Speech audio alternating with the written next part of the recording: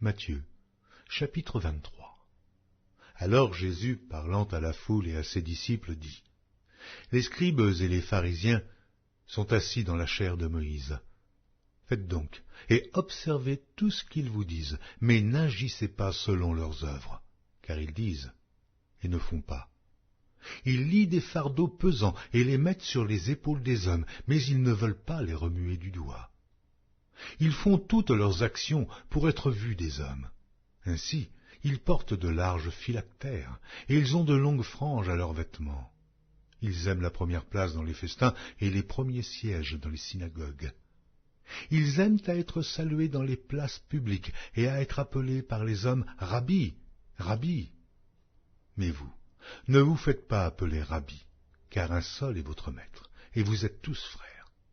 Et n'appelez personne sur la terre votre Père, car un seul est votre Père, celui qui est dans les cieux. Ne vous faites pas appeler directeur, car un seul est votre directeur, le Christ. Le plus grand parmi vous sera votre serviteur. Quiconque s'élèvera sera abaissé, et quiconque s'abaissera sera élevé. Malheur à vous, scribes et pharisiens hypocrites, parce que vous fermez aux hommes le royaume des cieux. Vous n'y entrez pas vous-même, et vous n'y laissez pas entrer ceux qui veulent entrer. Malheur à vous, scribes et pharisiens hypocrites, parce que vous dévorez les maisons des veuves, et que vous faites pour l'apparence de longues prières. À cause de cela, vous serez jugés plus sévèrement.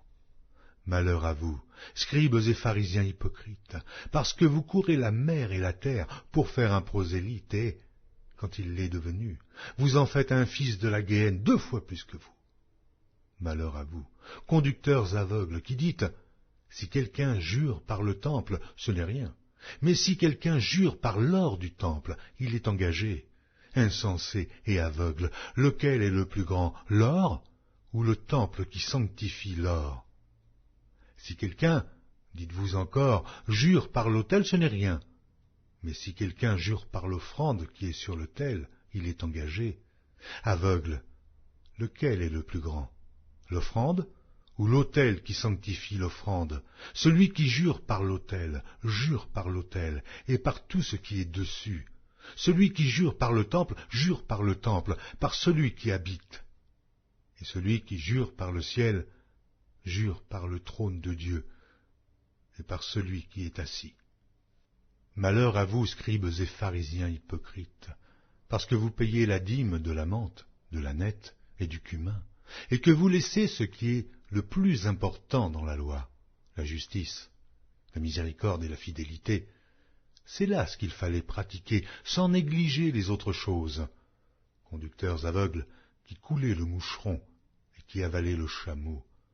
Malheur à vous, scribes et pharisiens hypocrites, parce que vous nettoyez le dehors de la coupe et du plat, et qu'au-dedans, ils sont pleins de rapine et d'intempérance. Pharisiens aveugles, nettoie premièrement l'intérieur de la coupe et du plat, afin que l'extérieur aussi devienne net.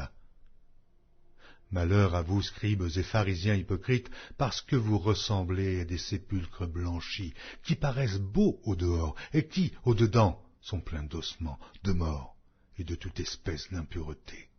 Vous de même, au dehors, vous paraissez justes aux hommes, mais au dedans, vous êtes pleins d'hypocrisie et d'iniquité.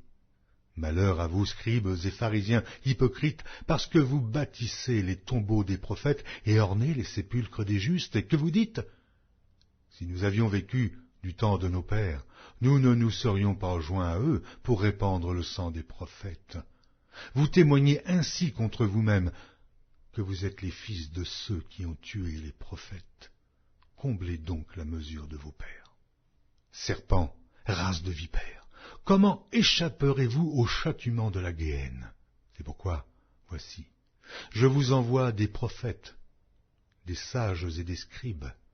Vous tuerez et crucifierez les uns, vous battrez de verges les autres dans vos synagogues, et vous les persécuterez de ville en ville, afin que retombe sur vous tous le sang innocent répandu sur la terre, depuis le sang d'Abel le juste, jusqu'au sang de Zacharie, fils de Barachi, que vous avez tué entre le temple et l'autel.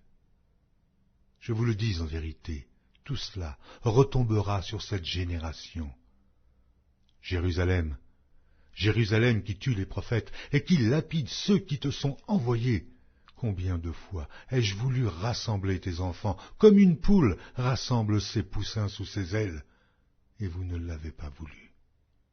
Voici, votre maison vous sera laissée déserte, car, je vous le dis, vous ne me verrez plus désormais jusqu'à ce que vous disiez « Béni soit celui qui vient au nom du Seigneur ».